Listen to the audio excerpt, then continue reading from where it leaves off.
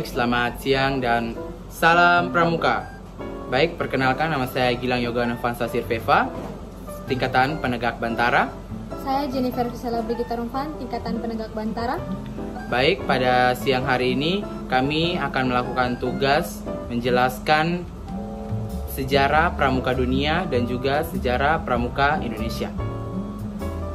Baik, saya akan menjelaskan tentang sejarah pramuka dunia. Gerakan pramuka atau juga dikenal sebagai gerakan kepanduan tidak lepas dari sosok Robert Baden-Powell, seorang letnan jenderal angkatan darat Inggris. Selama karirnya di militer, Baden-Powell dikenal dengan kemampuan kepemimpinannya dan keahliannya dalam melatih prajurit muda. Ia melihat pentingnya membentukkan karakter, kemandirian, dan keterampilan hidup di kalangan pemuda. Pada tahun 1907, Baden-Powell mengadakan perkemahan percobaan di Pulau Brownsea, Inggris.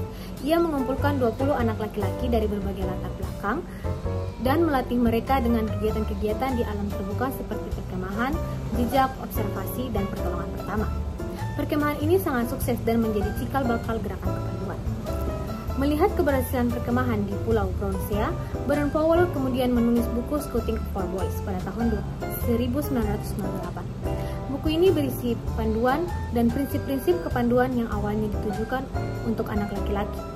Scouting for Boys menjadi sangat populer dan diterjemahkan ke berbagai bahasa, menyebarkan ide kepanduan ke seluruh dunia. Ide kepanduan dengan cepat menyebar ke berbagai negara. Banyak kelompok kepanduan bermunculan secara independen. Untuk mengkoordinasikan gerakan yang semakin meluas ini, didirikanlah organisasi-organisasi kepanduan nasional di banyak negara. Pada tahun 1920, diselenggarakan Jambore Dunia pertama di Olympia, London, yang dihadiri oleh ribuan pandu dari berbagai negara. Pada acara inilah, Baden-Powell diangkat sebagai Kepala Pramuka Sedunia. Untuk lebih mengorganisir gerakan di tingkat internasional, terbentuklah organisasi Gerakan Pramuka Sedunia untuk pandu laki-laki dan kemudian Asosiasi Kepanduan Putri Sedunia untuk pandu perempuan.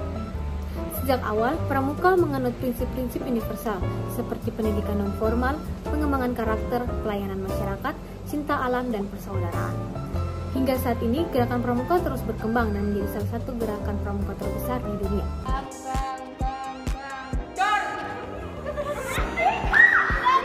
Cepat Pika, cepat! Siapa yang dapat? Berarti sekarang yang ini kalah. Mulainya dari setelah Tika.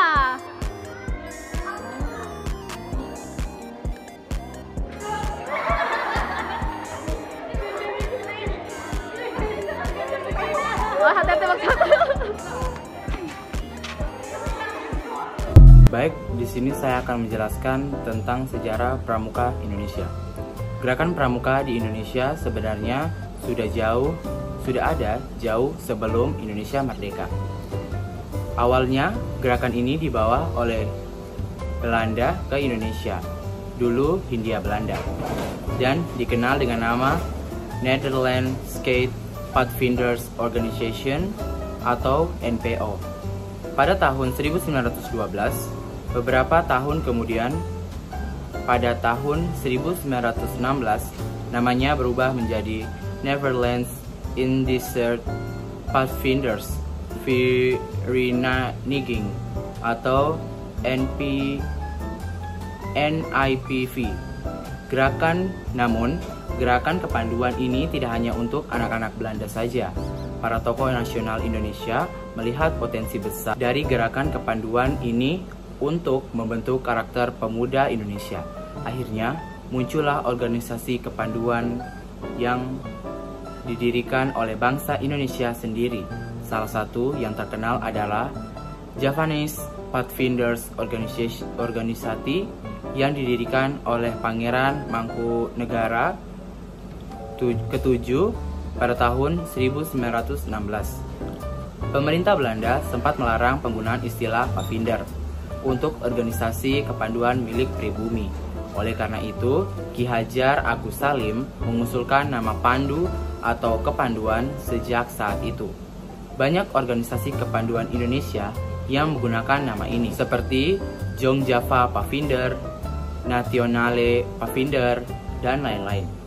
Setelah Indonesia merdeka pada tahun 1945, semangat kepanduan semakin menggelora. Banyak organisasi kepanduan yang bermunculan dengan berbagai latar belakang dan afiliasi politik atau agama. Kondisi ini membuat gerakan kepanduan menjadi kurang solid. Menyadari hal ini, para pemimpin kepanduan dan pemerintah merasa perlu untuk menyatukan semua organisasi kepanduan yang ada. Tujuannya adalah agar gerakan kepanduan bisa lebih efektif dalam pembangunan bangsa dan membentuk karakter generasi muda yang patriotik. Pada tanggal 9 Maret 1961, Presiden Soekarno mengeluarkan keputusan Presiden nomor 238 tahun 1961 tentang Gerakan Pramuka.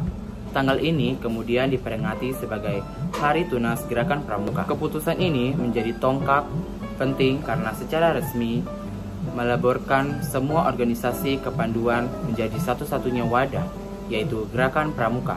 Dengan demikian, tidak ada lagi dualisme atau fragmentasi dalam gerakan kepanduan di Indonesia. Pada tanggal 14 Agustus 1961, dilakukan pelantikan Majelis Pimpinan Nasional atau MAPINAS, Kuartir Nasional atau Kuarnas, dan Kuartir Nasional Harian atau Kuarnari, serta Defile Pramuka di depan umum.